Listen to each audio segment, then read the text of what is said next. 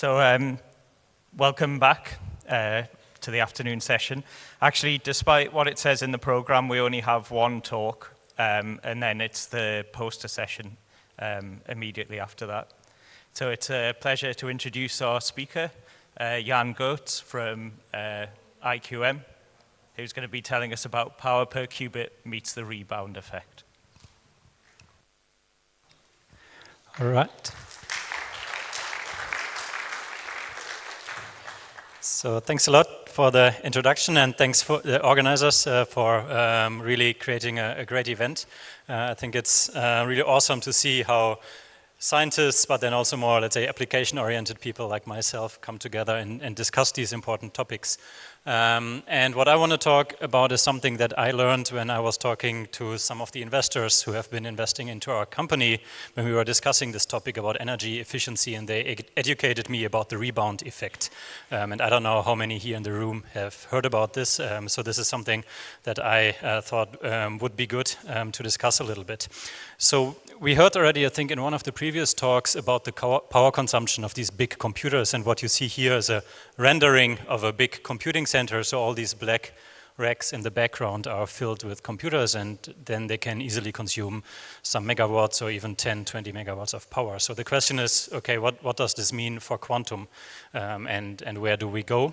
And generally, just to remind everyone that, of course, in the end, the energy consumption is the power multiplied by the time that it takes to find the answer. And often we only talk about the power, megawatts or kilowatts, and what does it mean to cool and such kind of things. But of course also we have to keep in mind that if we accelerate the calculations by orders of magnitude, this might then reduce the total energy consumption. But in the end, then the conclusion is wrong, that this means overall we will consume less. And this is exactly the rebound effect, because if it's cheaper or if there's more availability, this just means we will compute more. So this is the learning one has to take here. So I represent a company called IQM. I will not talk a lot about this one, but just for those of you who haven't heard about us, we build quantum computers based on superconducting technologies, are headquartered in Finland, where it is quite cold, and we like superconducting technology, but then also we have offices in other places around the world. Also we have a small presence here in Singapore, actually. So when you think about the motivation for quantum computing and where it can be applied, in the end, you often see a map like this, where you find actually quite many problems coming from science, but also other field of technology. And we say, okay, there are some very computational hard ones where quantum computers can really make a difference in the end. And then you can classify them and then say, okay, there's a class of problems where you will not find the solution using a conventional supercomputer.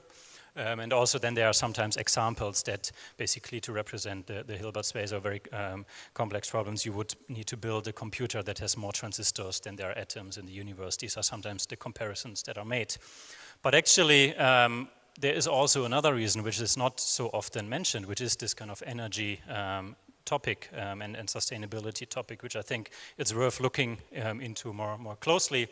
And this is about the computational efficiency, so how much energy do we actually consume, but also, and this will be the conclusion, it is about the use cases, and we have heard this already in the IBM talk, like what kind of applications can you enable with quantum computers, and what is the environmental impact of those ones, and I think this is very, very important. So what we have been doing so far as a kind of technology-oriented society is we have been looking at problems, and we have tried to find solutions, and then we have been computing these solutions, and basically when the problem became more complex, we built a bigger computer, and then we found maybe some answers that raised more questions, and again we build a bigger computer, and there's this list called Top 500 list where you can see this kind of race and how it's going on. And of course, nowadays, this means these computers are becoming quite big. They fill rooms like this one, and also they are quite consuming quite a lot of power, and also this is then related to the costs ultimately. And at the moment, if you look at the environmental impact, you find that already a few percent of the greenhouse gas emissions are actually attributed to this industry. And there's actually another challenge which is related more to our infrastructure. which means that actually if you want to have these big computing and data centers, you need to have the support infrastructure in place. And this is not always given, and actually there are several places in the world where you're not allowed to turn on a new computing center unless you turn down an old one, because the grid just can't handle this. So this is also something to keep in mind. It just doesn't help if we just build more and more bigger and bigger computer. We need to also bring the support infrastructure in place. And these are just two examples. There are many more if you Google this, where actually data centers and computing centers are fighting with the local infrastructure. But even if we then solve this and we build more power plants and we build stronger energy grids, we will run into a more fundamental problem. And this is that actually the power that we use for computations has been growing over the years, and it is going to become a significant fraction of the world's energy consumption. So you see there that actually we are really reaching significant fractions of the energy consumption. And this at some point for society or humanity means we need to start then asking the questions, okay, if we only have a finite amount of energy left, do we use it for food production or to watch Netflix or things like this, right? So this is kind of course this is a little bit exaggerated, but this is what it means ultimately, right? Do we use our energy for computing, maybe for finding answers to very important scientific problems, but also of course to all, we learned about Bitcoin mining and things like this, right? Where do we want to put our energy in the end? And then one can ask the question, okay, is there something like quantum energy advantage so that we use a quantum computer and this is actually much more energy efficient than the big computers that we have? And of course this, in the end, it depends very much on the underlying technology. I know a little bit about superconducting systems, so this is why we made the calculations for superconducting systems. And of course the difficult part here is that the energy consumption will scale with a number of qubits, more or less linear, because you need control lines for each qubit in the end.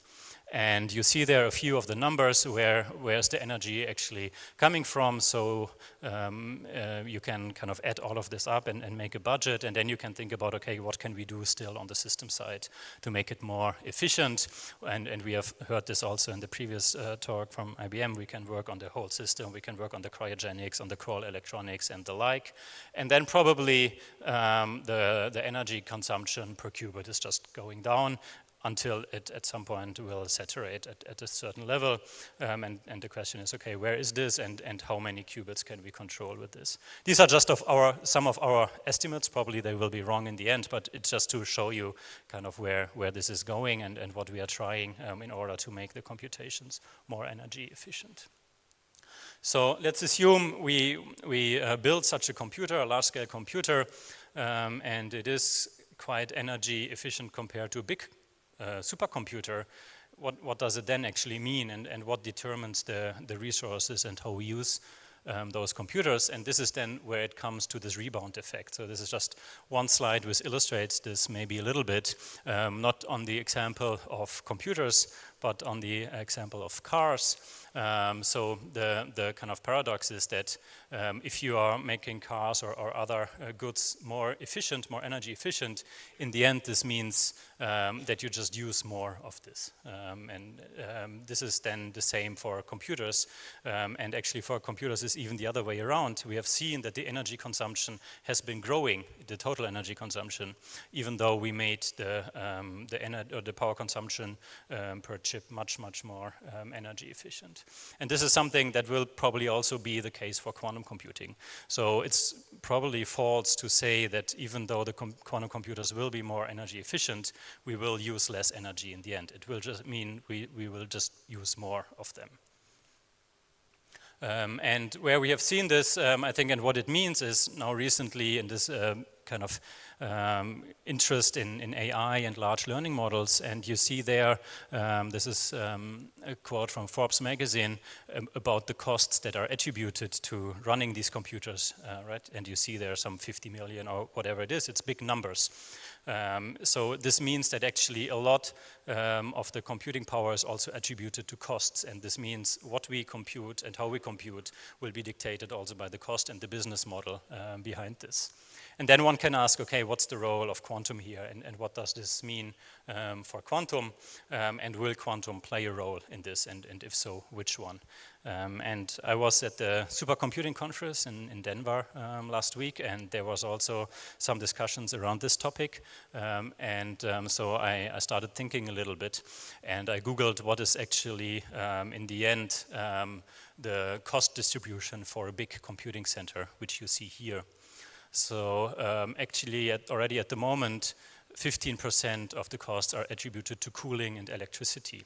So this means even if you are thinking about nowadays, computers actually a big cost is attributed to cooling. And of course, this also will, at least if you use superconducting systems, this will be the case there. So this means actually if you make a cost-based estimation, you need to think about, okay, how do I use the time that I have? Because let's say if the computer is turned on, the electricity costs, they will just occur proportional to the time you calculate.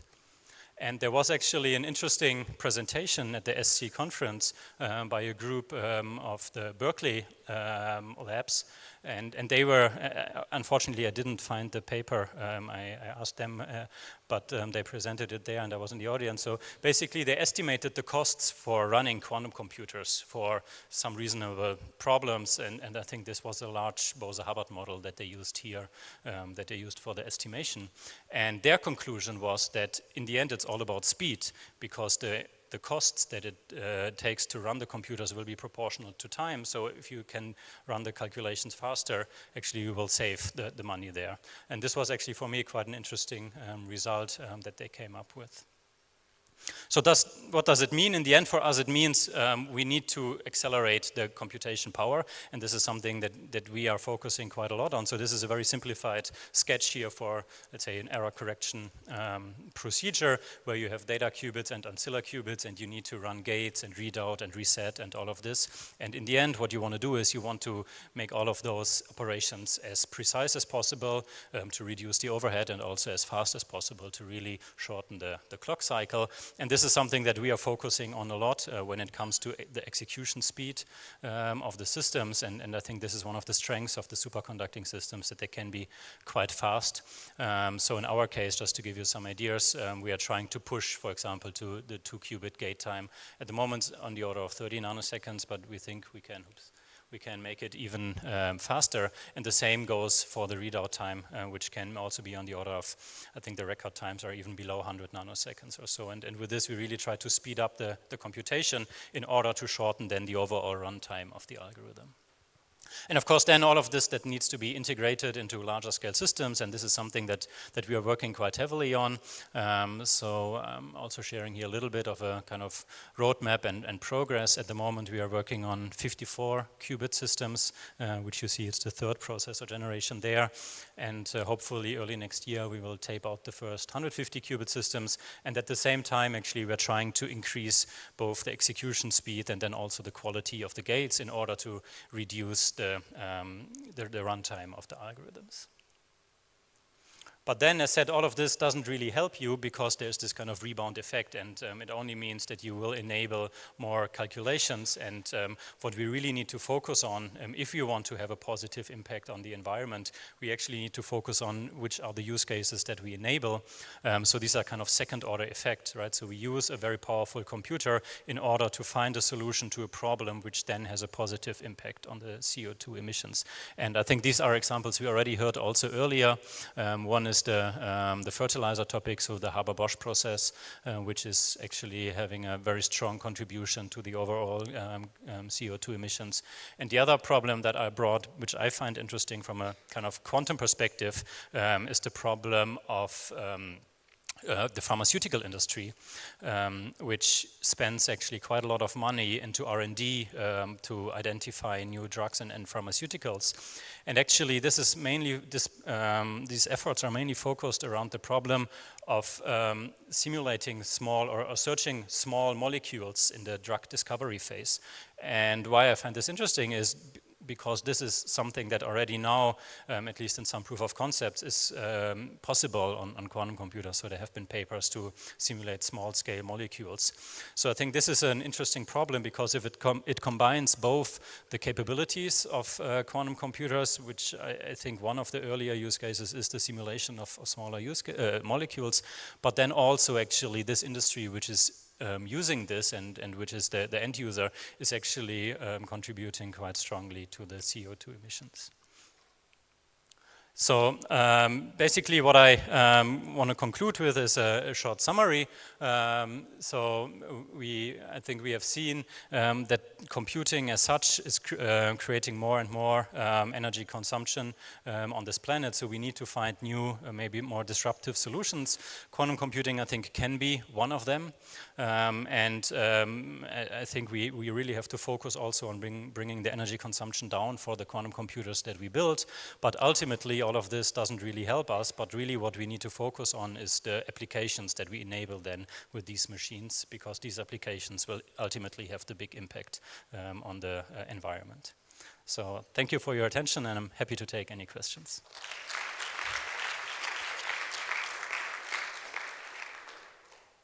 Thank you very much. Do we have any questions? Yeah, thank you for the nice talk. I wanted to ask your opinion. The rebound effect, it's not in the hands of the scientific community. It's a societal choice. So do you have any hunches of how to manage? Because it is in your title, so that's why I'm taking the freedom of asking this question. Sure, I mean the scientific community in the end cannot change this, right? And if you look at the overall statistic on how much computing power is used by scientific computing, it's also only a fraction of the overall computation, even in the high-performance computing sector. So this was more thought to create awareness, to kind of realize that it is something that is there. And I still think we should work on this. Even as a scientific community, we should try to build more energy-efficient systems. But what I wanted to, the message that I wanted to bring across is that even if we build the most energy-efficient systems, we actually will have much stronger impact with the use cases that we enable with those systems. Yeah, actually I'm telling you this because I have presented these problems of energy efficiency also in front of various audiences, and sometimes I had this strange feeling that some citizens in the room would say that in the end of the day it was even counterproductive to create energy efficient systems. And so I think it is very important to be pedagogic and to classify this is in the end of science and technology, this is in the end of society, and this is totally counterproductive to tell scientists not to increase the efficiency, because that's really not the point. And the actually finally trick I found to explain this was to say, but look, if you increase the efficiency, you can reach the same results with less resources. And here people, they start to, okay, then this is interesting. But that's really a tricky point. So I admire the courage of having this in your title. I believe there was a question over here. I wonder about the graph at the page 6, because I saw very few data points there, and I wonder, they didn't seem to indicate the general predicted trend that you have there. So I wonder what were the set of assumptions for the predicted trend. Yeah, that's right. This slide, you mean? Yeah, so the data points do not seem to indicate that it's going to plateau, right? So no. I wonder why does it plateau? Sorry, somehow the source is missing there. It should be there. So this graph is taken from a paper. I think you mean why the question is why the green curve is saturating there, or? Yeah, because I think that's an assumption, this right? is because ultimately we will limit then the power or the kind of the energy consumption, because as said, it will be competing then with other needs for energy. We cannot just continue the green curve, right? Straight. Okay, so the assumption is that we have fixed amount of energy, but also we have also many renewable technologies, right? So maybe if we put like large solar power plants into Nevada desert, maybe we'll have much more energy than we have now. So Okay, this would then change the yellow curve, yeah. If we build more and more power plants. But then the question is if this is what we want to do. Okay. But this is the assumption here, that we basically, the energy production is increasing as according to the current forecasts, and then the question is what do we do with the green curve? Oh, I see. Okay. Thank you. Do we have any other questions? Yeah, I actually have one also, if I may. I noticed in one of your slides you were presenting the chips with the number of qubits, and there seemed to be quite a large overhead between data qubit and actual qubits. Yeah, just before. Yeah. Yeah, data qubits and total number of qubits. Is this because of control qubit, error correction? What is this overhead, and how do you see it scaling? Okay, yeah, maybe for this community this might be a little bit confusing. So the data qubits is basically physical qubits. What we have is then additional qubits on the chip that we use to mediate the coupling between these qubits. But Okay. basically it means 5 qubits, 20 qubits, 54 and 150. Okay. And this overhead, do you see it like growing? Because I guess this also manipulating the 144 qubits is more energy consuming than the 54 data qubit, right? Yes, but they're not driven, so there's no kind of microwave pulse going to those ones. Okay, thanks. I think there was a question over here. Thanks for the talk. So I was wondering about your numbers on the power consumption of electronics. So you seem to predict that you will reach about 1 watt per qubit. So I was wondering if this is something you plan on doing at room temperature, or is it cryo-CMOS like what Annie discussed? Or? So in this most right column, actually, this is assuming where it says highly integrated cryosystem. I think this is assuming then cryogenic electronics. Cryogenic, okay. And so 1 watt, yeah, because 1 watt seems a bit large, right? Compared at 4K, you cannot do 1 watt. So I was wondering how you come up with this watt. You mean how this will be done, or? Yeah, I mean, if you cannot dissipate 1 watt at 4K, that's too much, right? So you need to build more, or you need to provide more cooling power than at this temperature, yeah. Okay, so it's 1 watt at 4 Kelvin. Okay. Okay. But if you, for example, if you look at the plans that Bluefors has and their roadmap, this is basically what they're trying to achieve, yeah. Because that's a full pulse tube, right? It seems. Okay. Okay, I think we've probably run out of time there, so let's thank our speaker again.